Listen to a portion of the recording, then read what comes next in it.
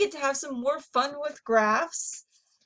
Before, in the previous lessons, we had looked at how to deal with graphs when they were shifted, whether they were shifted up, down, or left, right. Now we're going to do some stretching and shrinking and reflecting. So it gets really fun here. And then at the end of this lesson, we're going to be putting it all together and doing everything at once. We're going to start with vertical stretching. What happens and like how do you know that that's what's happening? Let's say you have a function, like any one of those functions from the little function capsules way back in the beginning of chapter 2. And let's say that function has some number being multiplied out in the front of it. If that number that's being multiplied is bigger than 1, the effect that that's going to have is it's going to vertically stretch the graph. So just, picture the graph being made of Play-Doh or something, and you're grabbing maybe the top of it and pulling, or if it goes down underneath the x-axis, you're taking the bottom of it and pulling. You're stretching it, and the factor that it's being stretched by is whatever the number is out front, that's C. So the graph might look a little thinner as it looks like it's getting pulled away from the x-axis, sort of like taffy being stretched or something. Okay, so let's take a look at an example of this happening and like what happens with the numbers when you do this. Okay, let's start with the function y equals x squared. Okay, that function has various ordered pairs like 0, 0, 1, 1, negative 1, 1, 2, 4, negative 2, 4. And we know from our function capsules that this should be a parabola. But I just wanted to get a couple of ordered pairs to make sure I get the general shape of the parabola correct. So 1, 1, negative 1, 1, 2, 1, 2, 3, 4, 2, 1, 2, 3, 4. So it's going to be this lovely parabola. I wish I could do better. It's supposed to be a little curvier down here, but it's the best I could do for now. Okay, so this is what just the basic function capsule looks like. But let's take this and change it up a little bit. And change it up first with a different color. All right, let's take y equals x squared. And let's multiply by a number. Let's do 2x squared. Okay. If I use y equals 2x squared, I've taken y equals x squared and I've multiplied by 2. That's my c. That's my c greater than 1 right there. So what should happen is I should get a vertical stretch by a factor of 2. Okay, so ordered pairs. This time, okay, I plug in 0 for x. I'm still going to get 0 for y. So that didn't change. So, x-intercepts aren't going to change with this because at the x-intercepts, your output is 0 anyway. So no matter what you're multiplying the entire function by, you're multiplying by 0 because you plug in 0 for x squared, you get 0, and then times by 2, you're still going to get 0. And that's going to be true for any of the x-intercepts. All right, let's say you plug in 1 though. Well, now you don't just have 1 squared and get 1, you're also multiplying by this 2. So your y value increased by a factor of 2. So we got 1 comma 2. You plug in negative 1 and you'll also get 2. Because negative 1 times negative 1 is 1 times 2 is 2. You plug in 2. 2 times 2 is 4, but then now you're multiplying by that 2 in the front and you get 8. 2 comma 8.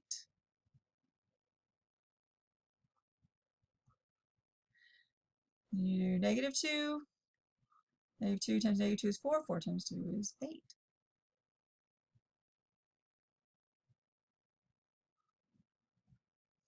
Then here's going to be your new graph.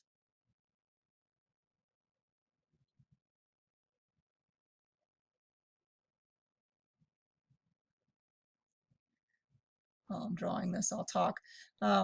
I briefly thought about trying to use a program where you would see me while I'm drawing this, but I'll have you know I'm doing this at home. You really don't want to see my office right now because we just moved and there's boxes behind me. It's a mess, so you don't really need to see my backdrop.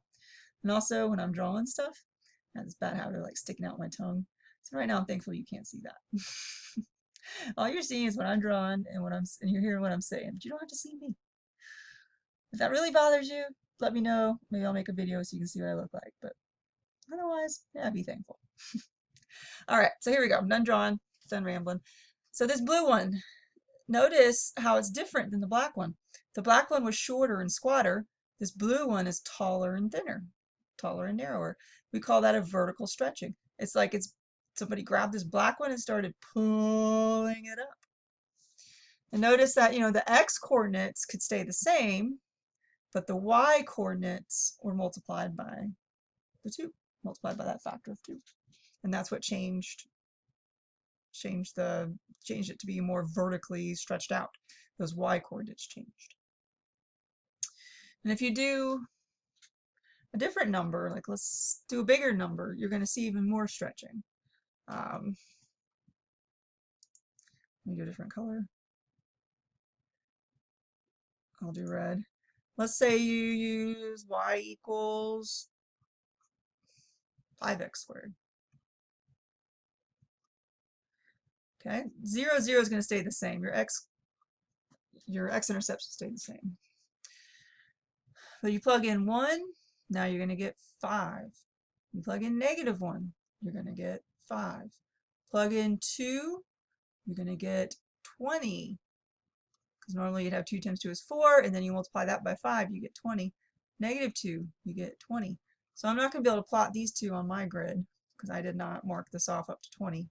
I could have, but I didn't. But I can plot 0, 0, and I can plot 1, 5, and -1, 5, and that'll still give you a good idea. And you know that the 20 is going to be way up there, so it gives you an idea about how skinny this thing is going to be.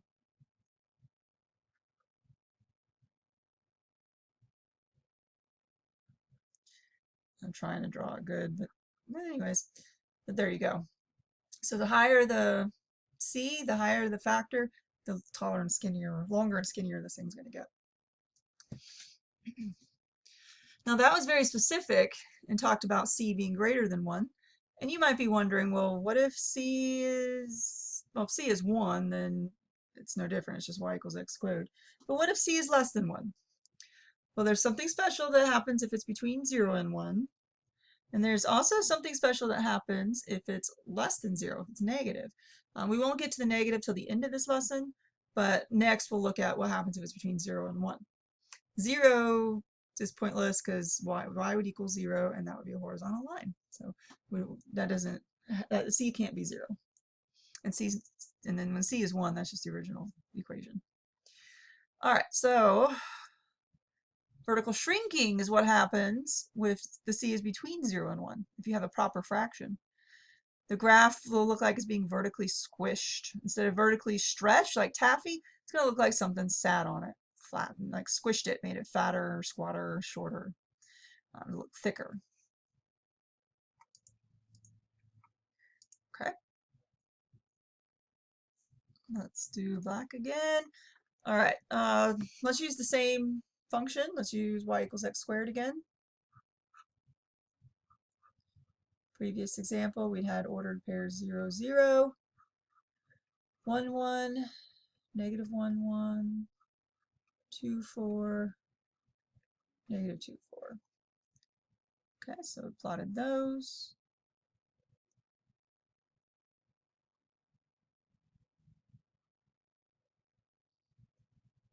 We already know what this looks like because we just did it. And by the way, I'm doing all this by hand in the videos, but you can also do them on your calculator and check out and see how it looks too. Nothing stopping you from doing that.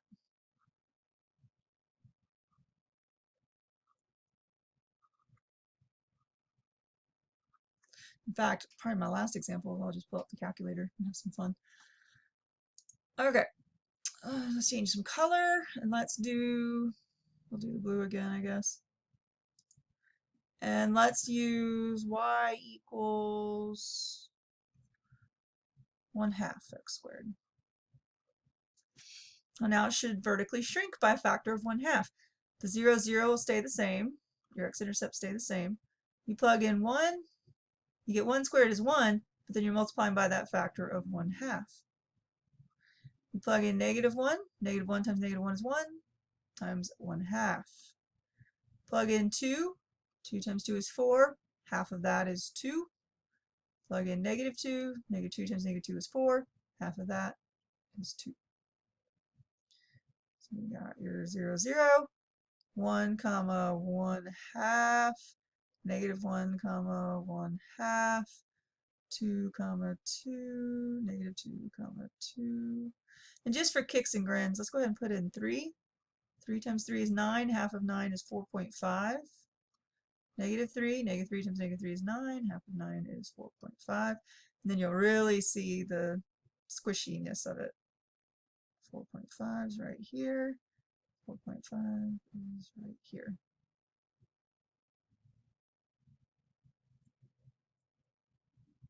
Goes from looking like a cup to more like a bowl.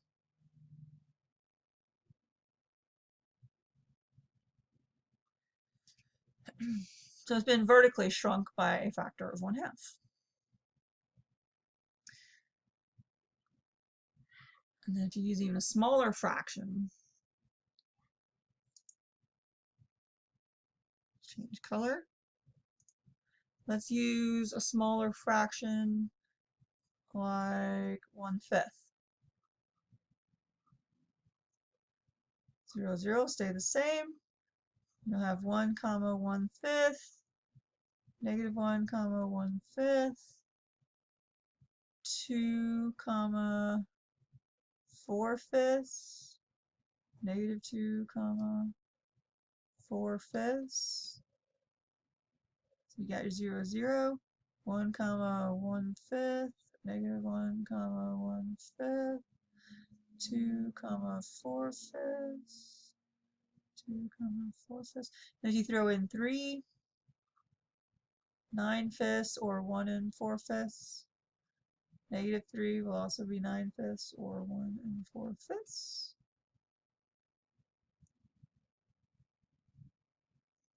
So there you go.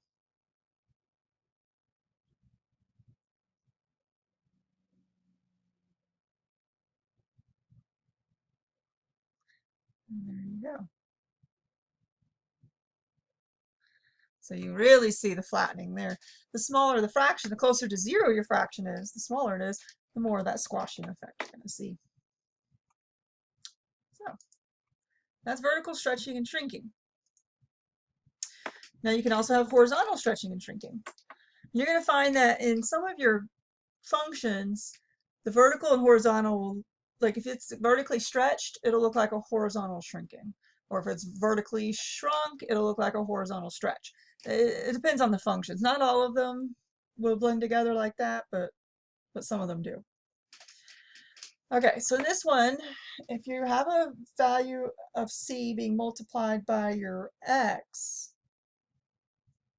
interesting stuff happens. Like if you go into where the x is in the equation, you'll get your horizontal stretching or shrinking. If c is between 0 and 1, then you'll have a horizontal stretch. If c is greater than 1, you'll have a horizontal shrink. So it feels like it's kind of opposite of the vertical. And really it makes sense. If c was greater than 1, oh, I don't even want to go too far into that yet. I don't want to confuse you yet, but just not yet. Okay, let's go ahead and look at this. Let's do a horizontal stretch, horizontal shrink. So first we'll use a c between 0 and 1, then we'll use c greater than 1. All right, we're going to use the cube root function for this demonstration. I equals cube root of x. Okay. If you plugged in 0, the cube root of 0 is 0. If you plug in 1, cube root of 1 is 1. You plug in -1, cube root of -1 is -1. I'm going to go ahead and pick stuff purposely that's nice even cube roots. So I'm going to go ahead and jump to 8 because the cube root is 2, and negative 8 because the cube root is negative 2.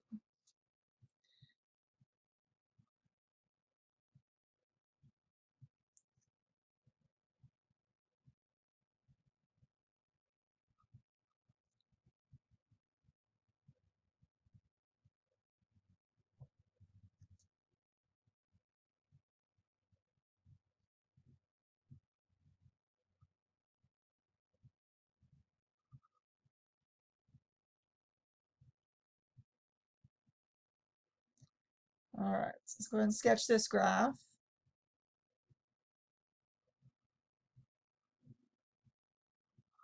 I am a neat freak, and this just drives me crazy. You're going to hear me complain about this regularly. I feel like that's sloppy. All right, so there's your cube root of x graph. And I had promised to first show you a situation where you're multiplying by a c that's between 0 and 1, right? I'm pretty sure that's what I promised. So for a horizontal stretch or shrink, you're going to be multiplying just your x by the c. So let's try 1/2. Okay, so then 1/2 is going to go under here because you're multiplying the x by it, not the entire function. All right, if you use 0, you're going to get 0 again. So again, your x-intercept stays the same. If you use 1, half of 1 is no fun. Let's use 2. Half of 2 is 1, cube root of 1 is 1. Let's use negative 2. Half of negative 2 is negative 1, cube root of negative 1 is negative 1.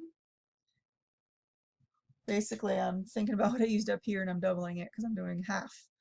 So if I use 16, half of 16 is 8, cube root of 8 is 2. If I use negative 16, I get negative 2. So you get the idea, right? If you want to get it to work out the same as up here, like if this is 1/2, then double your x's to get the same y values out of it. Okay, so we got 0, 0, 2, comma 1, negative 2, comma negative 1. And 16 is going to be way down there. 1, 2, 3, 4, 5, 6, 8, 9, 10, 11, like 12. 16 is going to be way down there. So this is still going to be approaching the 2, and this one's going to be approaching the negative 2. It won't have reached it yet.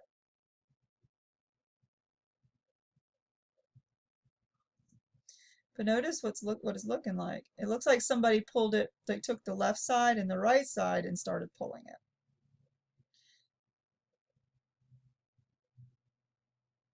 Somebody grabbed the left side over here, started stretching it out, and it got narrower. Somebody grabbed the right side over here, started stretching it out, it got longer and narrower. So stretching from left to right. So there's your horizontal stretch for that.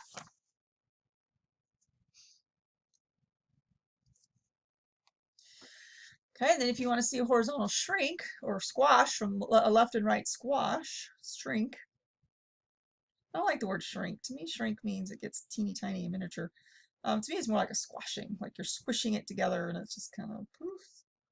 All right, now if you want to see that, then instead of multiplying x by something between 0 and 1, multiply by something bigger than 1. So like earlier, we'd use 2. Let's do that. Y equals cube root of 2x. Not 2 times the cube root of x. 2 times the cube root of x would do a vertical stretch by a factor of 2. Now we're doing 2 times x and then the cube root, and that's going to do the horizontal shrink for us. Okay, so plug in 0, you're going to get 0. I don't want to plug in 1 because then I'll have cube root of 2 and that's messy. So I want to get a 1 under here, so I'm going to need a 1/2 because 2 times a half is 1. And then I'll get 1. And then I need a negative 1/2 so that I can get negative 1. So if I'm multiplying by 2, I need to cut my x's in half. So then in here, I need, instead of an 8, I need a 4 to get 2. And instead of negative 8, I need negative 4 to get negative 2. So whatever this number is in here, do the opposite to your x's. Like if you're multiplying by 2, divide your x's in half. Or Up here, you're multiplying by 1/2 or dividing by 2, multiply your x's by 2. And that'll help you get those nice y values still. I mean, don't have to. You can just plug in whatever you want for x. It's just, I'm trying to avoid messy fractions and stuff. Okay, so 0, 0 is the same. 1/2, comma 1. Negative 1/2, comma negative 1. 1, 2, 3, 4, comma 2. Negative 4, comma negative 2. You can already kind of see what's happening here.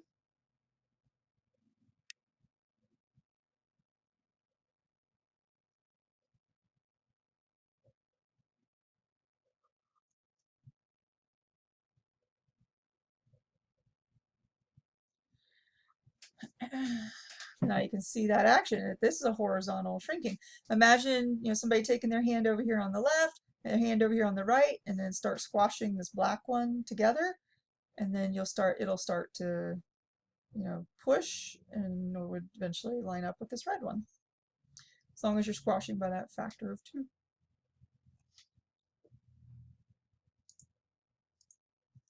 Okay. And then earlier I said, you were probably wondering, what if you multiply by a negative number? We dealt with c's between 0 and 1. We dealt with c's bigger than 1. But what if we're dealing with negative numbers? Well, if you have a function and you take the whole thing and negate it, multiply by -1, you're going to reflect your graph across the x-axis. If you have a function and you negate the x part, you're going to reflect your graph across the y-axis. So let's first look at reflections across the x-axis. Let me go back to black. All right, I'm going to use y equals x cubed for this one.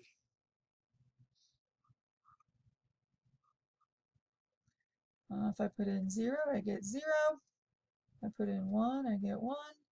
If I put in 2, I get 8. If I put in -2, I get -8. And if I put in -1, I get -1.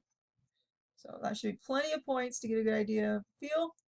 Basically, the cube root of x function we did earlier, this is going to be kind of a rotated version of that.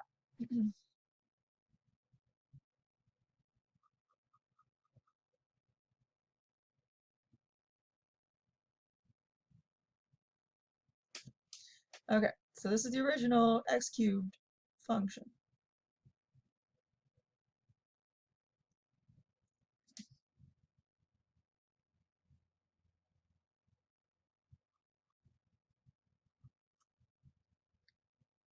Ah, that's so bad. I feel like erasing it.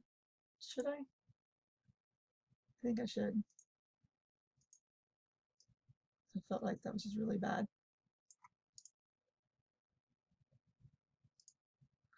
All right, let me try it again, because I feel like it won't be a good demonstration if it's that far off.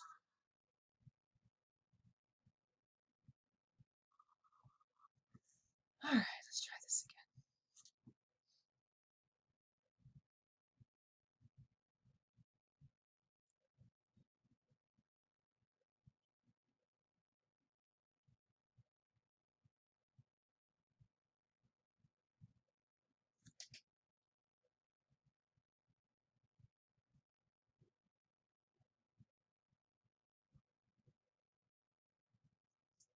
That's better. Not perfect, but better. All right. What happens though if I take this function and multiply the whole function by a negative? Okay. Plug in 0, I'm still going to have 0. Plug in 1, I'm now going to have -1. Maybe I should use a different color too. Let's do that. All right, let me erase this and use a different color because I really want this to stand out. I want you to see it.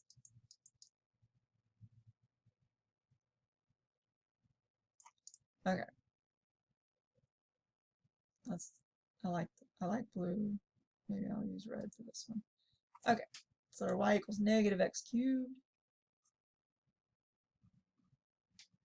So 0, 0. Plug in 1, you're going to get -1 back. Plug in -1, you're going to get 1 back. Plug in 2, you're going to get negative 8 back. Plug in negative 2, you're going to get 8 back. 0, 0, 1, negative 1, negative 1, positive 1, 2, negative 8, and then negative 2, positive 8. Now to draw this crazy curve again. Actually, going downhill is easier to draw. It's the going uphill that throws me.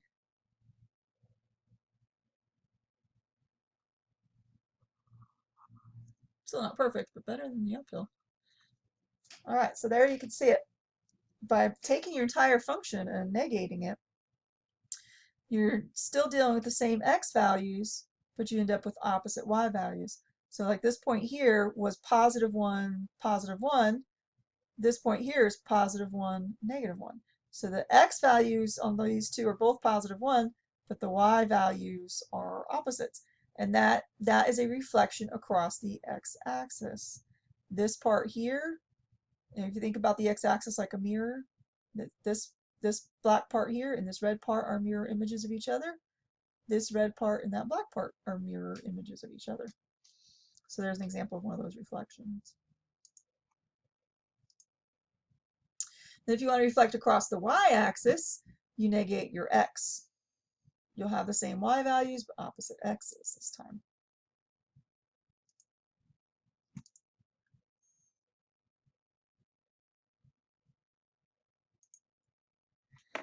All right, let's use y equals square root of x for this example. Okay, y equals square root of x. The smallest x I can plug in is 0, because as soon as I plug in something smaller, negative, I'm going to go into the imaginary numbers. And although I can graph imaginary numbers using a real versus imaginary axis system, we are not doing that. We are just in the real plane, so we got to stick with real numbers. So 0, 0 will be the leftmost point for this. Plug in 1, you get 1. Plug in 4, you get 2. Notice I'm purposely picking numbers that are going to work out nicely. Plug in 9, you get 3. I mean, heck, if you want to plug something else in and deal with decimals, that's perfectly fine. You'll get the same graph. You'll just have slightly different points labeled. That's okay. But don't make it harder on yourself than it has to be. Really. Don't. Okay, so there's my points. Notice, the y equals square root of x is half of a parabola that's, facing to the right. But what happens if I go ahead and negate the x? Not negate square root of x, but negate the x. Let's see the magic. Let's see the results. Maybe I'll stick with blue right now. I like blue. It's my favorite color. Although I don't know if you can see the difference on your, wherever you're watching this from. All right, if I put in 0, I'll still get 0. I don't want to put in 4, because then I'll have square root of negative 4. And then I'm dealing with imaginary numbers. So instead, let me put in negative 4, so that this negative and that negative cancel each other out. You get positive. And then you'll have square root of positive 4, which is 2. You see what's happening here? Opposite x, same y this time. Let me plug in opposite x, negative 1, I'll get 1. Plug in opposite x, negative 9, I'll get 3.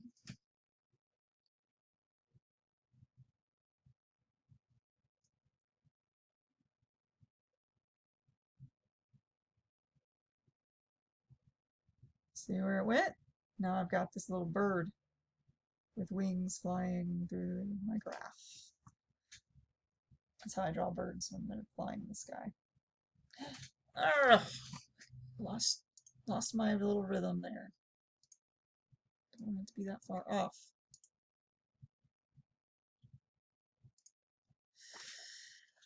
Okay, let's try that again.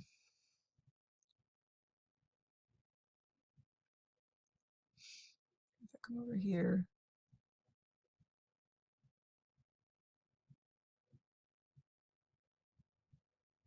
This is really hard to do. Especially my tablet is getting kind of grooves in it. It's getting old. So like I think I'm going one direction and the pen starts going another direction. There should be a little curvier right there. Okay, so there you go. So now you can see if you think about the y-axis as a mirror, the right side and the left side are mirror images of each other. Or if you fold it along the y-axis, left and right would match up. So that has a reflection across the y-axis, multiplying x by a negative.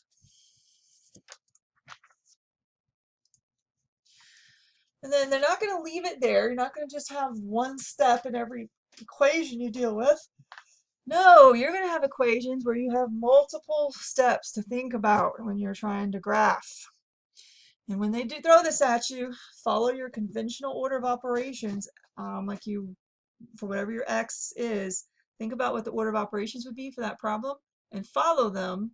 And that's how you determine how to do your transformation. Okay, so I've got an example all lined up. I think to save time, I'm not going to keep switching colors this time. I'm just going to go through and you're just going to see how it moves. The function that we're trying to graph is negative parentheses x minus 5 quantity squared minus 2. Okay, order of operations says parentheses first. Well, right now, parentheses are just grouping this x minus 5 together for the squaring. So I got to actually think about doing exponent first. So that tells me that my original function is f of x equals x squared. 0, 0, 1, 1, negative 1, 1, 2, comma, 1, 2, 3, 4, negative 2, comma, 1, 2, 3, 4.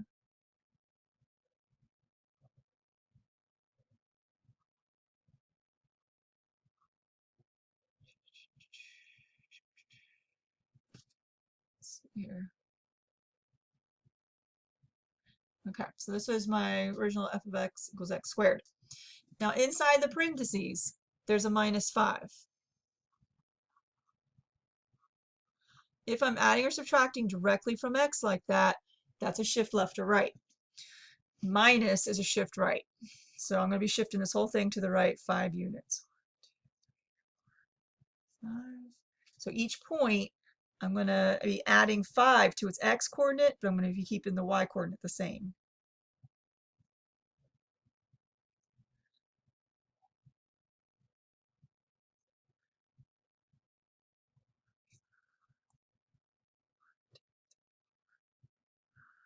So I'm making sure to hop it over 5.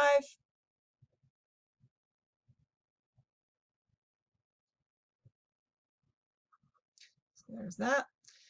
Then working my way out, I just did the parentheses, and then outside of that, I have the negation.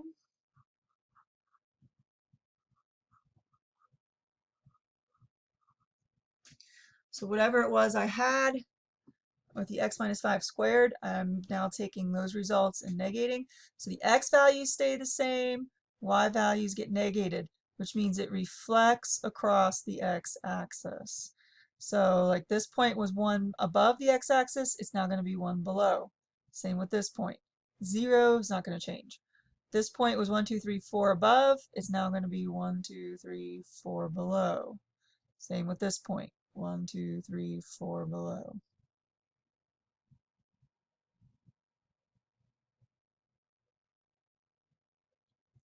And I mean, you could plug in these values. Like if you plugged in 3 right here, 3 minus 5 is negative 2. Negative 2 times negative 2 is 4. Negation of that is negative 4.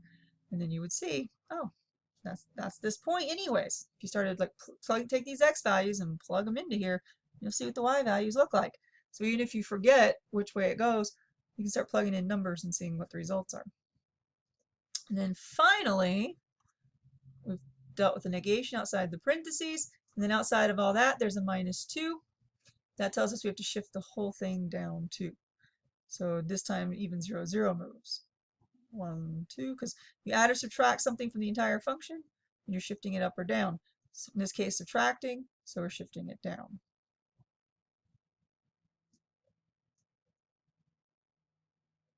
And there's where we land. So the final product is this parabola right here.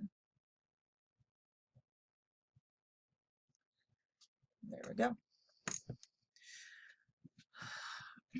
Let's put it in the calculator and I can show you a few little things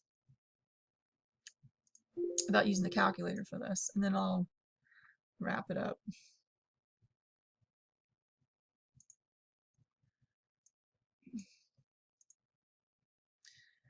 In the calculator, I can put y equals x squared in for y1. I can put y equals x minus 5 squared in for y2. I can put negative parentheses x minus 5 parentheses squared for y3. And I could put negative parentheses x minus 5 parentheses squared and then minus 2 for y4. Now when I go to graph this, it's going to be a little hard to see it all because they're all the same thickness. So let's change thicknesses. Let's go up and let's go over to the left of y2 and hit enter. Make that one thick. Y3, let's see. I can make it dotted. Find dotted. Just want to make it a little different. And then y4 is going to be so far over, we'll know that it's not the same as y1. All right, so there's graph, y1, y2, y3, and y4.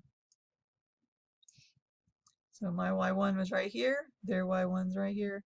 This was my y2, this is their y2, y3, y3 is the dotted one, and then finally y4 down here. There's y4.